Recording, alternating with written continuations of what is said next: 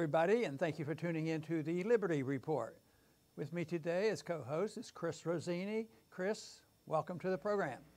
Good morning, Dr. Paul. Very good. You know, what's in the news in the last couple of days, at least one big item has been the budget and the tax policies in Washington, D.C. And we're getting a lot of attention, but when you think about it, even the budget bill and the talk of taxes, anything they're doing now has no effective law as of now. It's just sort of strategy and a lot of talking and a lot of lobbyists lining up.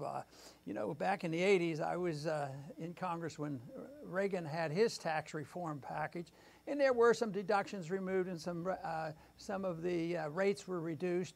And somebody said, oh, well, that's going to put the lobbyists out of business. And they won't have as many deductions. They say, no, they'll get busy because they're going to restore them all. They immediately start restoring the special deductions. You know, even with this approach today, what's going on now is they say the lobbyists are lining up already to try to prevent the losses. So in these next couple of weeks when they write and try to pass this tax bill, there's going to be a lot of lobbying up in Washington to protect the special interests, and there's going to be a lot of talk of tax cuts.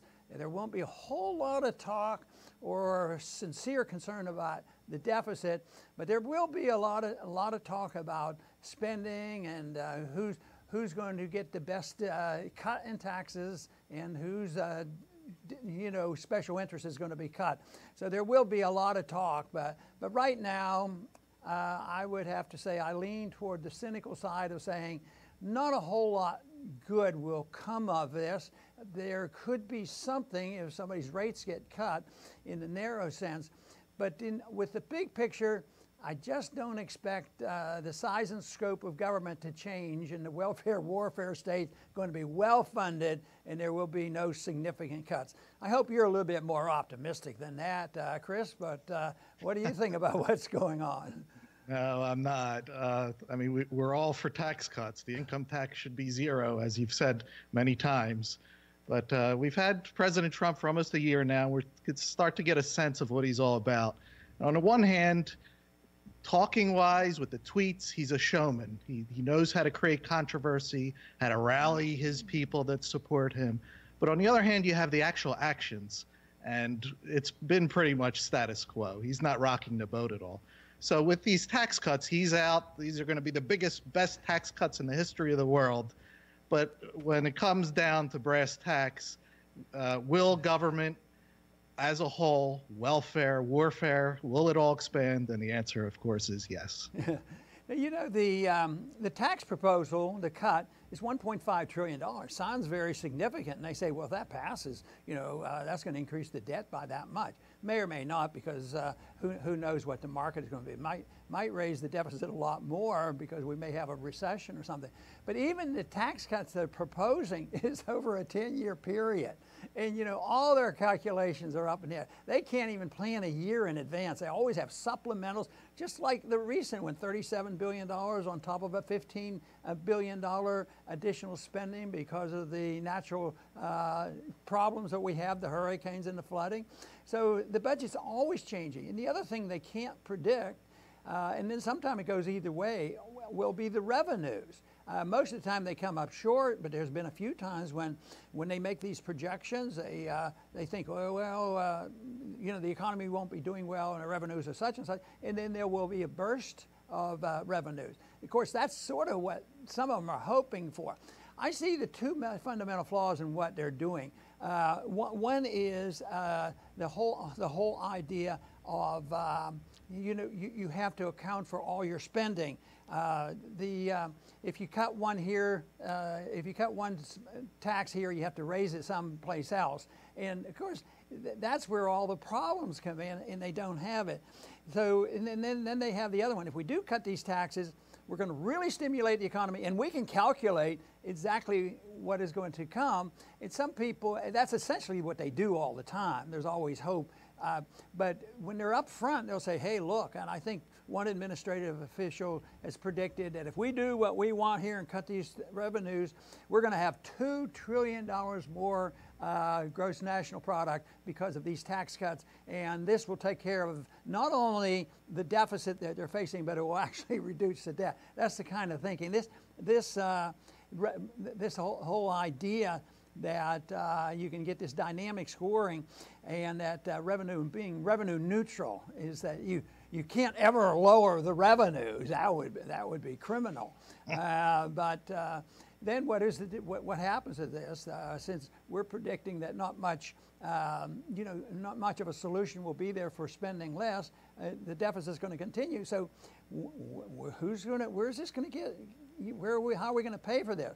Well, we have a lot of practice in that, and I'm sure you have a couple ideas or revelations on how do we really pay for these taxes. It seems like we always do, and that so far, even though we have bad recessions and all, we've been getting away with a lot more than most countries can, and I think there's a specific reason for that. Yes, and you're actually alluding to a bigger picture that, government does not like to shrink itself. They're all sitting there plotting how could they keep the same amount of money coming in and make it look like, as Trump says, his biggest ever tax cut. So they're always looking. Nobody in power is looking to cut their own power. They don't wake up one day and say, somebody please restrict me. And the people that are on the receiving end are the same way. They want to receive more. They want more benefits, more subsidies. So they're just trying to shuffle things around to make it look good and at the same time keep all their power. And they want to close loopholes. But as the great Ludwig von Mises said, capitalism breathes through loopholes. That's what keeps society running, is finding ways around it. And it is ironic because government itself is always looking for loopholes to start wars so it's really just a shell game, as a lot of people say. It's interesting how much time and energy they've spent and barely get these bills passed in the House or Senate. Just a couple votes difference, and the Republicans have the majority, but it's very difficult, and it has no force of law. What happens when they move over to the real spending? Of course, that's when all the gimmickry goes. And real taxation, that's when everybody gets involved. And even with this ability to pass something that has no force of law, they have trouble doing it. So that is the reason that people should be cautious. They shouldn't be counting their cuts in taxes. Of course, I think Wall Street has already factored it in. It's been helpful to Wall Street because they think their taxes are going to go down. And because we're for that, but we're also for removing all the benefits to the big business and the corporations. At the same time, so many benefits tax-wise and all is through the Federal Reserve, the inflation system, because it serves the interests of the very wealthy, and it does put a tax. It's really literally a tax on the middle class. Mises, who you already mentioned, he said that if you debase a currency, the middle class gets wiped out. And if we were measuring our currency in the middle class, guess what? Yes, they're limping along, and Wall Street is better than ever.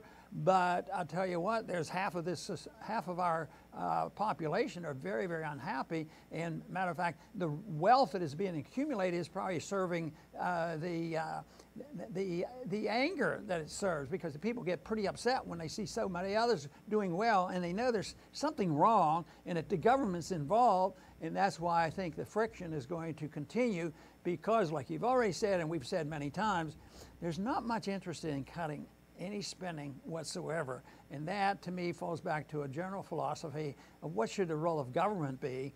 And the role that our government is, engaged in right now has nothing to do with what the founders envisaged, and it has nothing to do with the restraints placed on government by our Constitution. And I think that's where our real problem is. Oh, absolutely. And the founders, they didn't create an income tax. In fact, the first 137 years of American history, there was no income tax. It wasn't until 1913, and the government decided that they're going to own 100% of every single thing that Americans make, and they'll decide under what conditions and what portion everybody will be able to keep. That was a major revolutionary moment, and they were very slick on how they implemented. It's only going to be for the rich. It was like they were placing a net into the ocean, not to scare the fish. And then 4 years later, with the disastrous decision to get into World War I, they yanked the net. And it wasn't just the rich that were in it, but everyone else. And we've all been stuck in that net ever since. You know, there's a slogan that goes around by the left and a lot of Republicans that the people who are making all this money should pay more taxes. They don't talk about their subsidies. But the lower half of our population essentially pay no taxes. I think 3% of the taxes paid by the lower 50%, so you can't tax them. But they cannot, and yet I do believe they are deceived by the system because they say, well, I don't pay any taxes. You know, I get food stamps, I get a housing allowance, and I get all these things, but they don't realize that they're still not doing as well.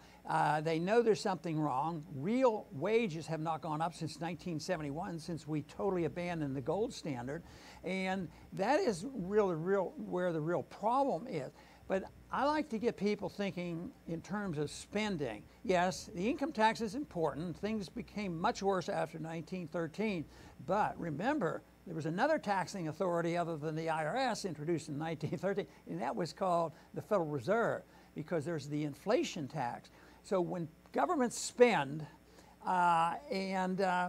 it's the amount of money they spend that counts. That is a tax on the people, because they either have to pay it directly with income tax or corporate taxes or whatever, or if they go into deficit, which we've done for a long, long time, they have to borrow the money, and they'll try to borrow it from a few people who still buy treasury bills, but there's never enough people doing that. And look how much they had to buy from have the Federal Reserve buy in the 09 recession. I mean, billions, no, trillions of dollars. So all of this is a tax. So I think immediately when there's a dollar spent, that is a tax. There's nothing free.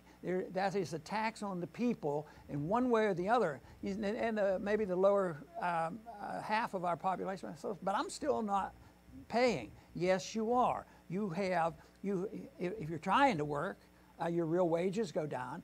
If you're concerned about the cost of living, your cost of living goes up much faster. Wall Street doesn't sit around and worry about the cost of a loaf of bread or how much it costs to go to a ball game or anything else, but the middle class does. So they suffer more from the inflation, and they're also more vulnerable. And we saw the vulnerability, you know, in the recession, because the very wealthy got bailed out, and the average person lost their homes and lost their jobs. So the middle class and the low-income people always suffer, ironically, from the consequence of supporting government spending. They don't realize it'd be better off, just get the government off my back, allow me to make money, allow me to keep what I earn, and I can take better care of myself than the government has been taking care of me in these last several decades.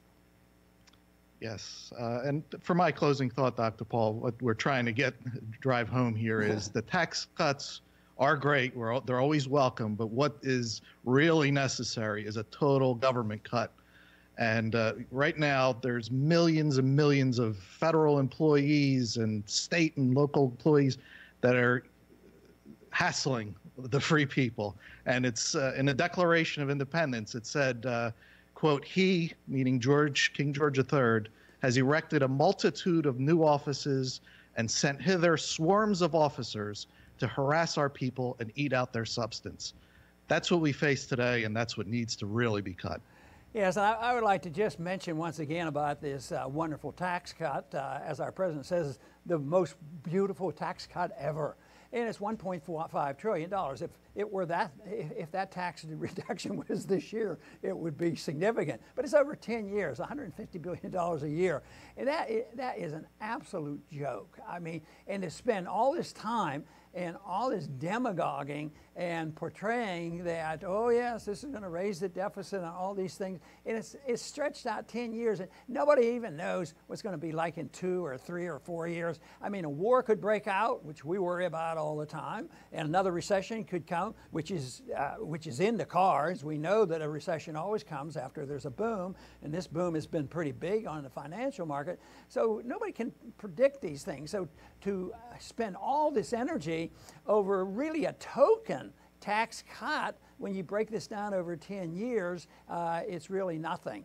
So I know this is going to be in the news for a while, and we'll be visiting, I'm sure, again on this issue. But Chris, I want to thank you very much for being with us today. You're welcome, Dr. Paul. Thank you. Very, very good. And I want to thank our viewers for tuning in. And please come back to the Liberty Report soon.